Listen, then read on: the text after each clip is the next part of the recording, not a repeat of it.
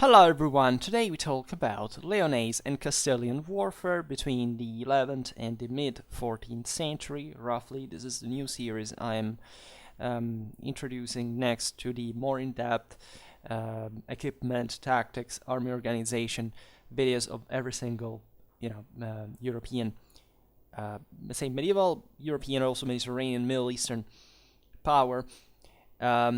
That is aimed at essentially giving a broader introduction to what we're talking about, aside from the more detailed elements. So, just outlining the major features of this warfare and eventually descending to something more in depth, say.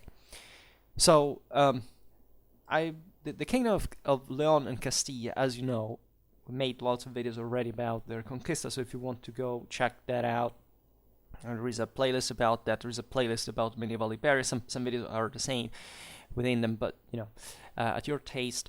But as you know, was to become from the beginning of this period the largest state in the Iberian Peninsula, and fundamentally also the dominating one, at least the most powerful, and the one that exported culturally more, and also militarily more models. Also in the other Iberian powers. Modern Spanish is Castilian. There's that core, let's say, of an impressive landmass that was created in the Iberian heartland during the centuries of the Reconquista gradually, and that was the most, let's say, unitary power in the peninsula as such, as with a very good degree of control from the side of the monarchy, in spite being arguably the most feudal in nature of the various kingdoms, and essentially having the most powerful military as a consequence as well, being a continental power that, culturally speaking, also was in between, as with all the Iberian monarchies at that point, the broadly meant Frankish world, Christian world, and the Muslims of southern Spain and the northwest Africa that also poured in Spain at this point to major waves that were eventually countered and crushed by the Reconquista, and chiefly, in fact, by the Castilians. I will be using mostly Castilians, but I should say not repeat for León and Castilla at the same time. But it's also important to stress the differences, as we will do now, between the two regions, because they had a different development and they were reconquered in different times. And albeit Castilla was more important than León, it was originally not part, in fact, of the Christian heartland in the north that had resisted to the Islamic invasions back in the day. So these are all things that I give for granted for you to know, of course, and in case, again, made plenty of videos about that as well. And for many years, the territory between the river Duero and the Sierra de Gredos, so where effectively the Leonese Castilian power would have consolidated its landmass, had been a largely depopulated zone, right?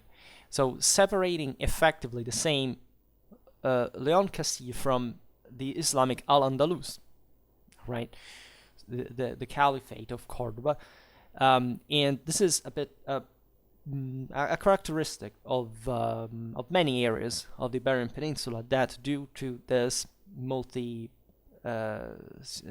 this secular struggle between that went at different waves, stages, let's say, and especially in certain areas, kind of, there was a frontier for a very long time, remained depopulated, and also conferring, in this sense, some characteristics to the communities that inhabited them, including probably the same development of feudalism per se. I mean, the reliance, for example, on chattel, it's essentially on assets that could be shifted in this regard. Not much on agriculture per se, even though the Iberian Peninsula is very composite, very articulated, also in climates and landscapes and so on. But this was, if you want, the area where the most intense warfare of the Reconquista took place, at least as far as the terrestrial operations were concerned.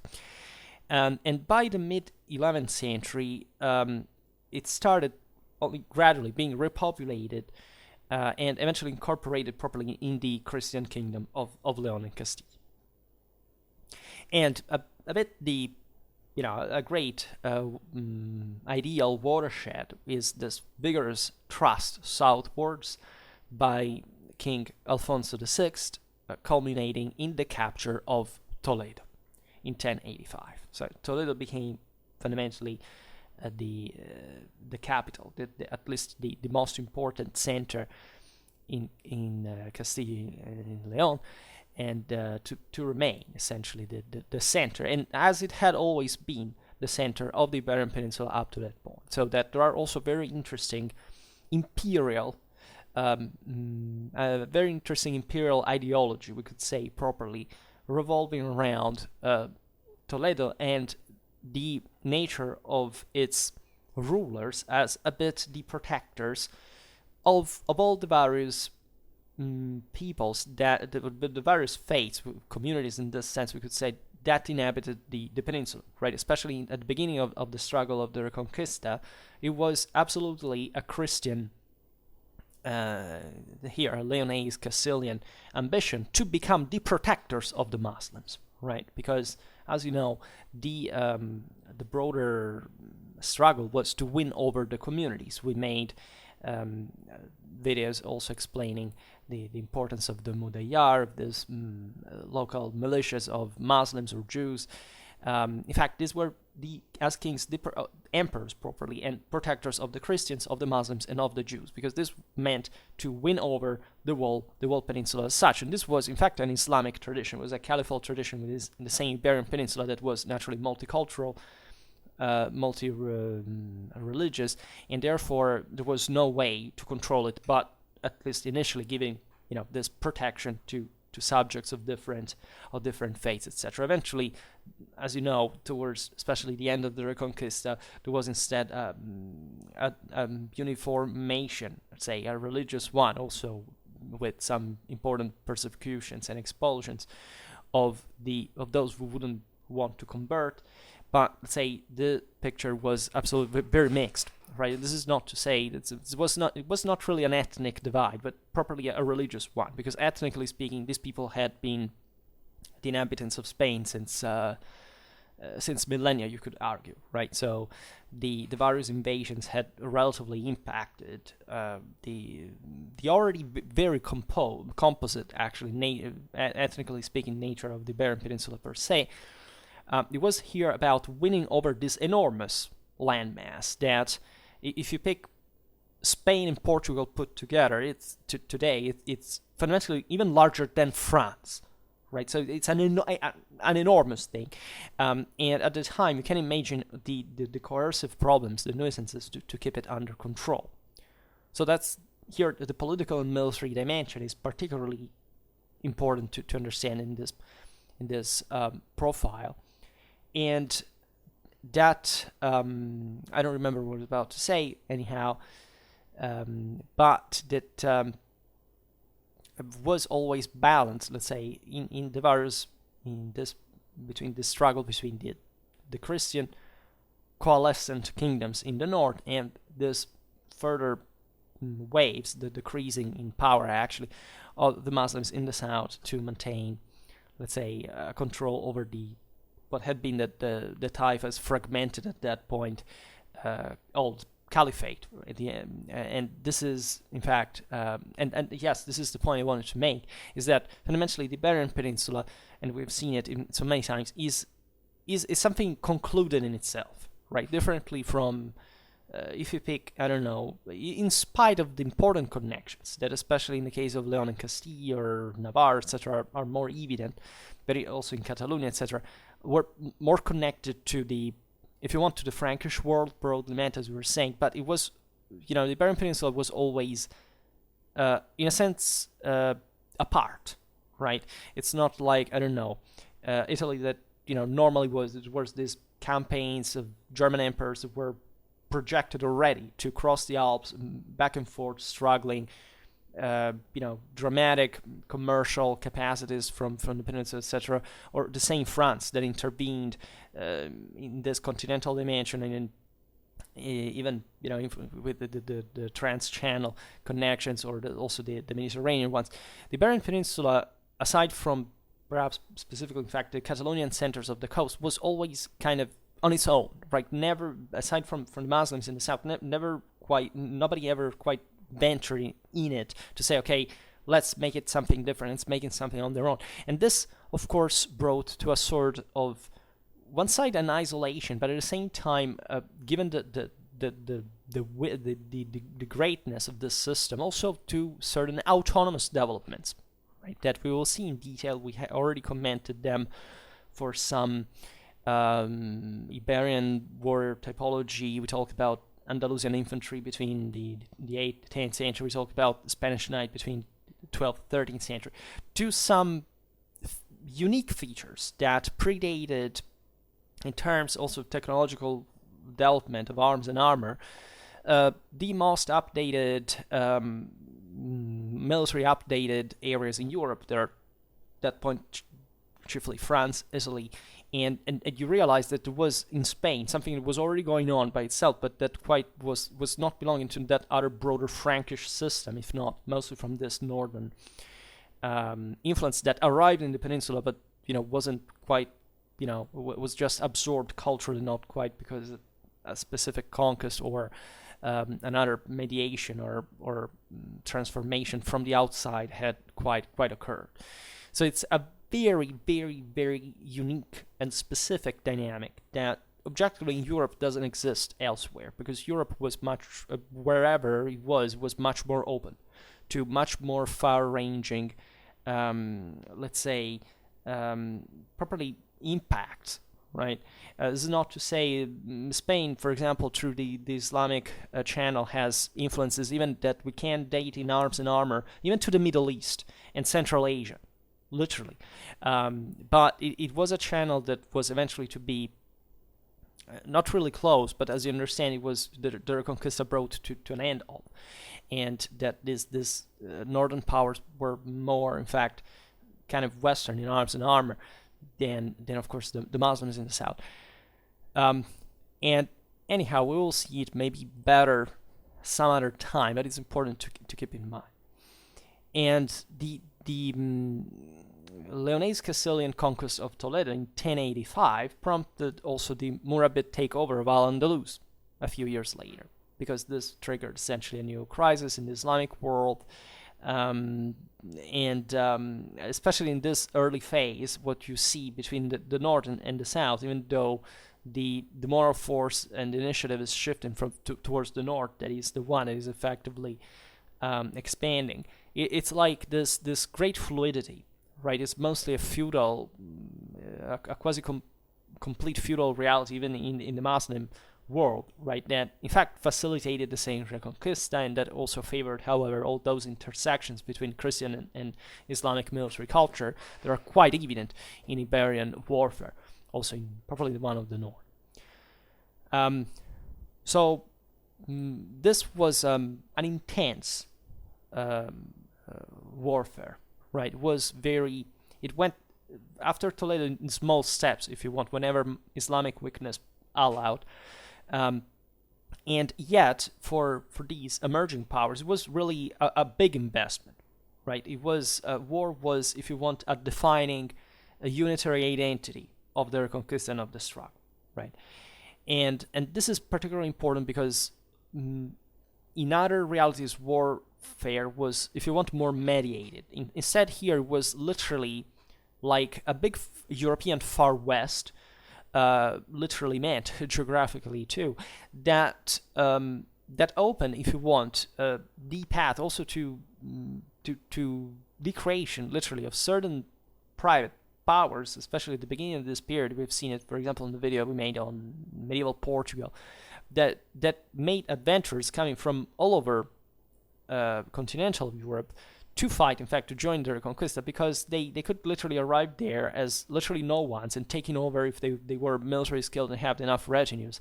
I don't know, a castle, a town, etc., and eventually becoming vassals of the local monarchies that were rising, but still defining, in fact, those same monarchies in the struggle itself. And this is a very specific characteristic of Spanish warfare that will be very clear even at the end of the second Reconquista, and it's also partly connected to the modern Spanish military developments that were surely in the first modern age on the fore in European warfare.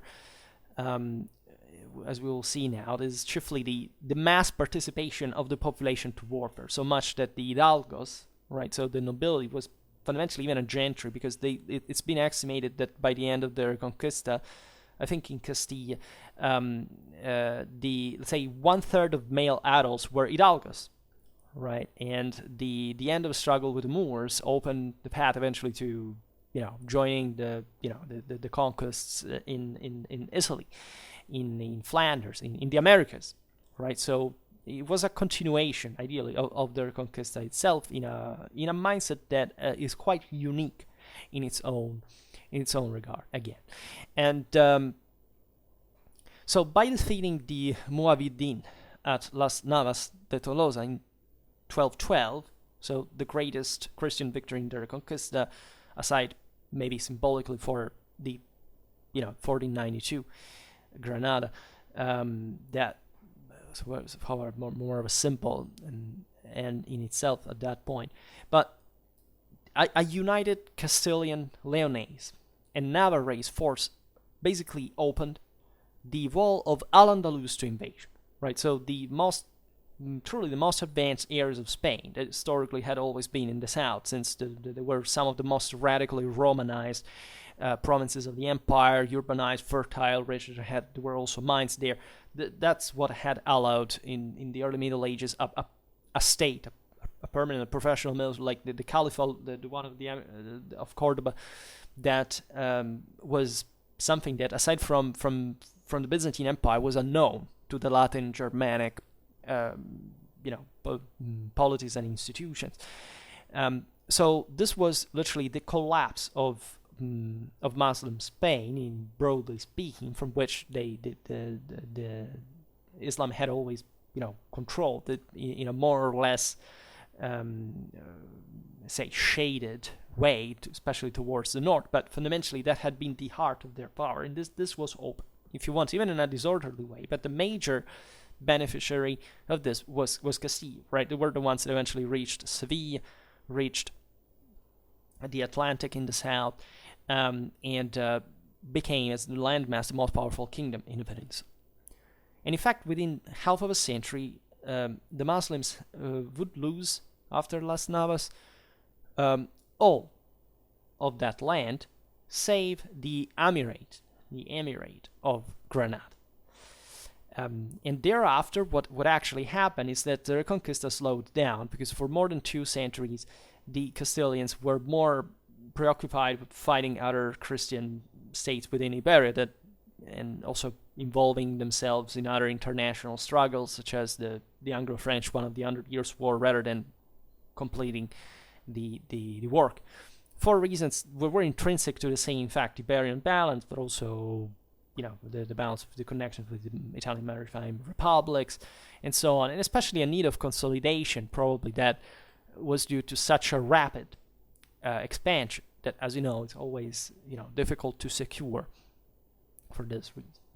So the military developments that accompanied the Castilian Reconquista are approximately visible, probably rising in the importance of cavalry in the 9th century, right? Not very differently from the rest of Europe, right? It was the same century of the Carolingian Empire, this very laborious but consistent and massive construction of a mounted professional elite, and a certain idea of chivalry that was also proper, actually, of the Islamic world, and we tend to overlook, not just the Christian, but it was a pretty universal thing,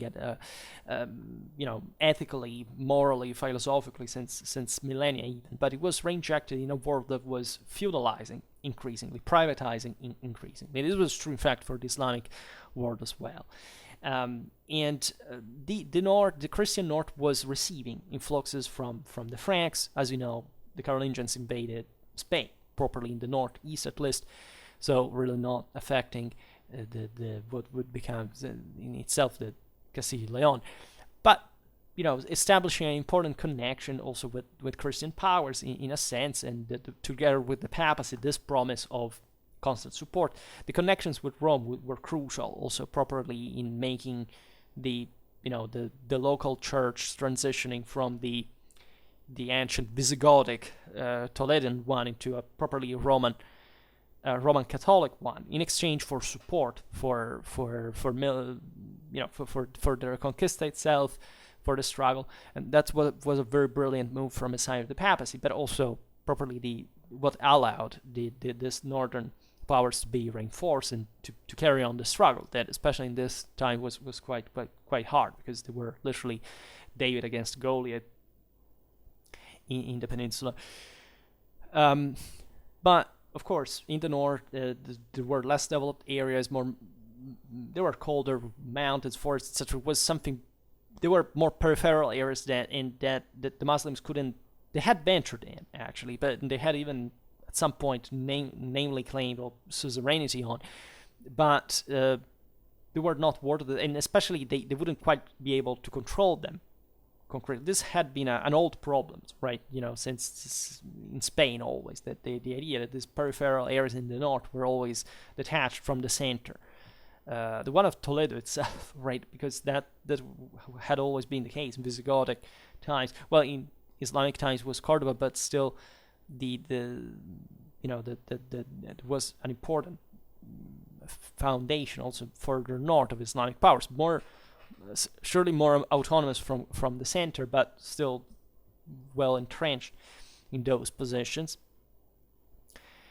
And aside from the development of heavy cavalry that is to be observed unequivocally, there is, however, in the whole Iberian context, but I presume especially in Castile, and this is even because of the nature of political power, also the territories, etc., of a continued reliance on large numbers of often unarmored light horsemen.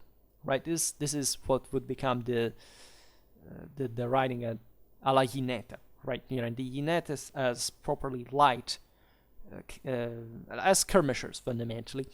That is something that in Spain you find since a very early age. Think about the Cantabrians fighting against the Romans. The tactics, this light horsemen always skirmishing, harassing. Scipio himself said, these Celtiberians are fundamentally not good for much in open field, but they're tremendous at guerrilla, and Spain had always been like that, right? Southern Europe, wherever you pick it, either it's Spain or Italy or the Balkans, it's probably one of the most radically nightmarish strategic theaters ever to be seen historically. And it's very difficult between the three to choose which is the worst, right? And surely, in the Baron case, asking in fact all these ask Napoleon, you can imagine all of the various situations, is terrifying. Right, the Iberian hinterland is horrible in so many ways for leading military operations, and it's based mostly on this continuous stopping and its various strongholds being worn out. And this is what all the Reconquista substantiated itself from military-wise, and it's fascinating because, as you know, especially from this early age, we don't have all the information we would like to have, especially on siege warfare, etc. That those were quite important. But the idea of this enormous, in fact, frontier areas, depopulated with large spaces, etc., open plains, this is something that in the Spanish landscape you can see quite clearly, like in itself the width of the spaces. It's sometimes disconcerting, and cavalry did reign supreme. Okay, not supreme maybe, because Iberian warfare also had always an important foot element. These were far from being, cavalry, numerically speaking, cavalry prevalent armies or of any sort. They were more or less just like in the West. But the lighter element allowed, in a sense, more light cavalry to be seen. Like in the Frankish world instead, in the post-Carolingian kingdoms, you don't quite see as much, right? And this is not because people say, oh, that's an Islamic influence, right? It is true, yes, that there was a lot, especially from North Africa, that was rejected by Berber warfare that was actually much more infantry based than we think, actually, but that in Arab tactics, such as that were probably revived within Spain, right? This idea of hit and run, right? The skirmisher that wearing out the enemy was quite present. And again, that had always been, if you want, an Iberian a feature of Iberian warfare. So it's very difficult to distinguish actually what is their Islamic influence and actually properly native Iberian thing. And this is all, the latter, in fact, is very often overlooked in those terms. It is true also that Islamic armies were more reliant on light troops than the Christian ones in the Iberian Peninsula, and this is due to also another stereotype that, however, in relative terms, in absolute terms, it's correct. I mean, the idea that the Islamic world, a bit like the Byzantine one, because these were all coming from essentially from a Roman tradition of administration, and there is no doubt about that, was less of a feudal world, right? So you can't really have a very strong, heavy cavalry without a feudal world. And naturally, the Muslims did have strong, heavy cavalry as well in Spain, but the idea is that the North, in relative terms, had always had more, right? And that this is a bit what we see also in the Near East, or also in other areas were not so feudal in nature, like, I don't know, the Baltic, even speaking of the Crusades broadly meant, that yes, the Westerners had this heavier cavalry element that the others didn't have, but because they were more intensely feudal realities, even though, again, even the others were privatizing, and they surely had very good cavalry, also a heavy one, but still less in absolute terms on average than Westerners in a way. And mail armor of typical Western European form had naturally long been used by an elite minority of cavalry. Honestly, I wouldn't know how to tell you also what the difference there in. Yeah, I mean, there were some technicalities that would distinguish different backgrounds of handcraft and so on. But yes, think about even the Visigothic past of these connections, in fact, with continental Europe in general. There was an important also background of that kind of influence. The important though is that, of course, as always, the heavily armored horseman was an elite minority of cavalry, right? So as we would expect, simply because they costed a freaking lot, right? And probably in the Christian north of the Iberian Peninsula, compared to the rest of Europe, there were in relative terms less of these guys, because they, again, in the wilder north, productivity was, the concentration of wealth was kind of lower, right? And so even in there, you can't quite have the big, large open field estates where you can have a castle in the middle and a ruling over the surrounding resources and being maintained by the peasantry to have this dramatically heavy equipment. This existed also in the north, but in less, in scholarly speaking, less quantitative dimension than other productive areas of Europe, where chivalry was dramatically, the heartland being northern France, essentially. So there is this. It's correct to say that up to the 13th to the 14th century, but even beyond, in some part, Iberian armies relied on a somewhat lighter type of cavalry in general, in the broader mounted troops spectrum, than the rest of Western Europe. There is even a possibility that a substantial part of Castilian light horsemen were archers, right? And there wouldn't be anything strange, given that any body who could go on horseback at the time wouldn't have any problem to be an archer in the first place, and that the hunt was the favorite sport of the nobility that simply chase and as with bows, the praise and so on. So this is true in every single feudal context, and the fact that these men wouldn't preferably rely on missile weapons normally in combat is due to the fact that the shock tactic and the enormous strengths that put also on the same individuals, and that would therefore have to functionalize in that direction, would just not make them operate like that. The important was the thickly packed charge of heavily armored knights, and in that situation you're not wasting time using bow and arrow, right? But at the same time, given the incredibly varied amount of situations you can find yourself in, aside from a pitched battle that is not this very frequent event, at least in large numbers, but even in there, yes, that's also overlooked maybe in the way how frequent it concretely was. There would be tons of situations where these knights, either mounted or dismounted, would use a bow as a secondary weapon, and there wouldn't be anything strange about that. The point is that in the Iberian Peninsula, such horse archery would have been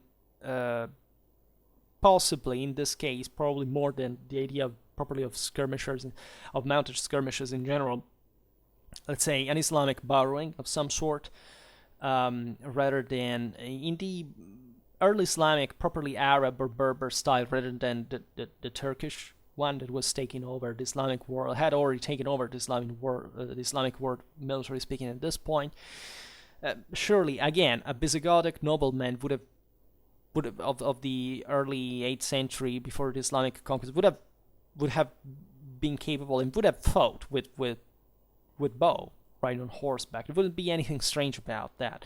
It's just that it is possible at that point Islamic tradition brought more of properly archery around in that sense, and there are several hints of that we will see better when talking actually about properly the Islamic warfare and not the Christian one like today. In fact, also the traditional Castilian cavalry tactics of the tournafuoya were virtually identical to, and almost certainly based upon, the Arab Andalusian tactic of the Karbafar, right? So this repeated attack and withdrawal, which is not just skirmishing, it's properly like literally a hit and run tactic, right? Properly based, also properly on the clash, right? On the impact and retreat, which naturally speaks for lighter troops, and maybe can achieve that important impact, but still they are not armored enough to remain there in melee, so they would immediately retreat with some loss at the moment, but still profitably for maximizing through another charge. And this is important, especially in the early days, because 11th century Europe was far from wealth, right, as we could imagine, but so armor was rare, right, was really a luxury, and so most people would fight in different ways, and these were the majority, and probably also the shock power, and that's not made by armor only. Well, you had to adapt the tactics accordingly.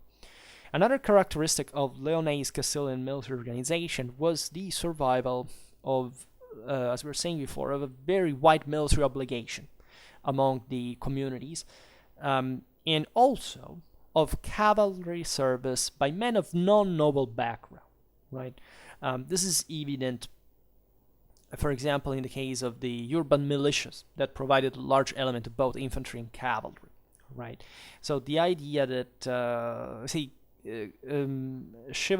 knighthood in the various European countries is very different, politically and socially, right? Militarily speaking, not so much. They were basically the same people doing the same thing. It's just that some countries had this nobility detached fundamentally from horse, from mounted service, and in the Iberian Peninsula probably there was this precocious attitude in the frontier area to be ready, right, on horseback in the first place. Speaking of militia infantry, also it seems that this was more prominent in Castile than in León, which is explained probably by what we were saying before. That is to say that León in the north was kind of wilder, had less urbanization. So as the Castilian urban communities were more developed, and therefore also more organized. Right, so it's not that in the north there wouldn't be infantrymen. Actually, as we were saying before, there were maybe even just in terms of social stratification more people serving on foot, right? Because we're poorer than in the south, but their quality would have been less, right? It would have been less organized, less properly also cohese on the base of a single institution like a city could be, right? Here, we're talking about important strongholds, right? So even properly with a city wall, with a certain municipal mindset and identity. So this is important to stress, especially in the moment in which the Castilian power was seized by the Christians. So that could, as you were saying before, also with this mudéjars, etc., dispose of larger, more effective militia infantry contingents. Right, and this is a bit the picture, if you want, for the first centuries. The next phase in Castilian military development fundamentally overlapped such archaisms of Iberian warfare, right? And it was characterized at that point with the intensification of international relations, properly the development of medieval civilization in general, the reception and adoption of French styles of arms, right? A bit armor and combat techniques, a bit like it was happening all over the West, right? So the Reconquista in itself is ideally like a push of the Frankish system into the Iberian Peninsula, and therefore its expansion also within the same boundary, right? For this very reason, it seems, in fact, that what actually remained Iberian in nature and quite, say, differently from the French style was the military organization per se, right? France was something really different. It was a much more deeply feudalized, in this sense also, more. The nobility had a more hierarchical impact on the system, right? In this Iberian powers, even though Castilla, as we've seen, was the most feudalized in nature, there was, if you want, a greater dialogue with some elements of the community. There was a more gradual development in this regard, although Castilla would emerge from these centuries as a very strong polity. And by the 13th century, heavier armor, helmets, weapons, and also the use of couché lances and some use of horse armor start being very, very clear from the sources, from the evidence. There is almost a shift in the iconographic paradigm as well. We'll see now, because also the sources here are important, and we weren't there with the video cameras and so on to see how things really were. So we have to be cautious with art and archaeology, because the information is sparse and not so scarce at overall, but still it's not, of course, it's very far from what we would like to know ideally about how such warfare, especially in the earlier centuries, was. And as Castilian power grew, naturally relative to the neighboring states as well, so Castilian military influence spread. Portugal and Aragon and so on. In heavily armored infantry, the use of the crossbow are another part of this trend, right? However, it seems to have been more mediated, right? The appearance of crossbow-armed cavalry in the 14th century, also the readoption of light cavalry fighting a la jineta, seems still, in fact, close to the small but military significance influence of the Islamic Andalusian Emirate of Granada. And it's probably, in my opinion, not just about that. I mean, it's possible that the creation of this new frontier with the Muslim war, but also between the same Christian powers, would have maybe brought to the resumption of certain army organizations based more on the concept of the frontier. But it's maybe too far-fetched. Like, in my opinion, this style had remained fundamentally, And it's just we may be misled by some broader, especially iconographic evidence, because not all the models are in fact what reality was. In fact, Castilian military organization and general tactical concepts were regarded by the time of the Hundred Years' War by the French and the English alike somewhat old-fashioned, right? And this external opinion is important because it probably reflects the internal nature of the Iberian warfare, and in my opinion, even aside the necessity of facing Islamic forces on their own terms, right? We have seen some battle here and there, the Battle of Rio Salado, for example, in the 14th century. You really still see that the Muslims have a greater bias for missile troops, lighter cavalry, and that the Christian armies are heavier in nature, also infantry figures, importantly the crossbow, etc. So at that point the westernization is evident, but if you look at how they fought and how you think they may have coped with each other, yes, you see that probably the Iberian warfare never lacked and never dismissed, and thus resumed at some point. But this kind of lighter cavalry tactics, they had always been there, right? Just maybe we weren't able to track them precisely, but it's way in practice. That the Dries in the later 14th century, however, a francization, if you want, with the imitation of Anglo-French systems, especially in northern or old Castile. That these powers were very influenced at that point with also northern European connections with England. With France, absolutely. So the future was naturally the further homogenization alongside the Western standard. And it's just that we see it here and there, even if up to the late Middle Ages, with some kind of, even infantry's equipment, so on. This greater flexibility, I would say, of Iberian armies compared to what the standard was becoming in the West, right? So, and mainly due, in fact, to light cavalry and even light infantry, right, or assault infantry. Think about the Rodelleros, like at the threshold of the modern age. Were somewhat lacking in other systems, like, I don't know, the Swiss one. So it would be interesting to define this better, and we'll do it more we go on in depth. So speaking of sources, right? I don't know too much about archaeology, but I don't think there is this tremendous much. I think the most important sources always are the manuscripts and the pictorial evidence in them.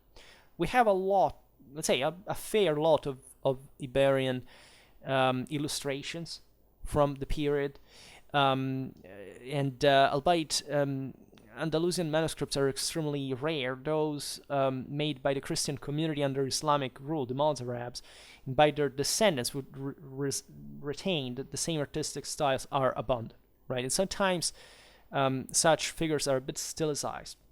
They lack pictorial detail, right? But they still offer a very important amount of iconographic, of detailed iconographic evidence that is not to be, dismissed at all, because it furnishes very, very interesting details indeed. And this community of the Mozarabs, right, are, the term means those who became Arab or Arabicized, right?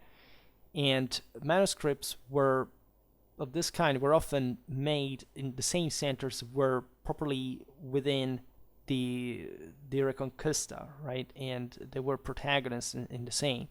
So they surely illustrate the traditional military technology and costume of the Iberian Peninsula, both Christian and Muslim, albeit it's even difficult to distinguish clearly with which, not much between the two, which are somewhat maybe stereotyped, but probably what was the reality in the middle and how you could distinguish the two, because try to distinguish, an 11th century Spanish knight from, Christian knight from an Islamic knight in the Iberian Peninsula it's a very hard-nosed task, had we them in front of our eyes, aside from, certain badges, certain things, but in terms of equipment, material culture, we're talking basically almost the same thing. And of course, there were Islamic knights dressing up, with Frankish armor and vice versa. So there is a bit of traditionalism, and we can see also, let's say, this data is precious because of the later period displays a great renewed North African Maghreb influence in the customs of the Muslims, because these had either were properly people such as the Almohads, the Almoravids that had come properly from the Atlas, from Africa, but also because the Emirate of Granada, that was not much of a less Spanish thing than Castilla or Aragon or Portugal, culturally speaking, and also in arms and armor. Let's be honest, especially if you would compare them a bit like the Ottomans to other Eastern part. We think those are the external ones where they're different. But if you look at them compared to their other Islamic neighbors, are very different, much more westernized than they were different from the Westerners in that sense. But it still, brings iconographically, as we were saying, this more, North African bias in the look, right? That becomes almost stereotypical, also because the same Christian sources at this point are ever more differentiating, right? They want to represent the Moor as typically that kind of looking guy, right? And also with certain specific arms. And there are, if I'm not wrong, the Cantigas de Santa Maria, the illustrations there that are quite eventually like they're still realistic, because it shows as it was like Islamic troops in Christian armies and vice versa, but in the way they are represented, they are still very stereotypically different. Like the other guys with a turban, very, very dark, the others like, completely white, Western looking people. So it naturally, reality was much more shaded, and especially in this context. But it's, in fact, for this reason, it's important to take cum grano salis the properly the iconographic evidence per se. And we also have, of course, as you were saying, an important amount of Christian Iberian kingdom sources about such people. And this is, I would say, kind of overall a picture of what we could define it, at least in the Leonese Castilian reality, which is still, in fact, different from the Aragonese Catalonian one, even the Portuguese one. So we will see this on another occasion. For now, I stop it here. For now, I just hope that you enjoyed this video. If you did, please share it. Otherwise, leave a like or subscribe to my channel if you're interested in my upcoming content. And for now, I thank you heartily for listening to me. I wish you a nice time and see you next time. Bye.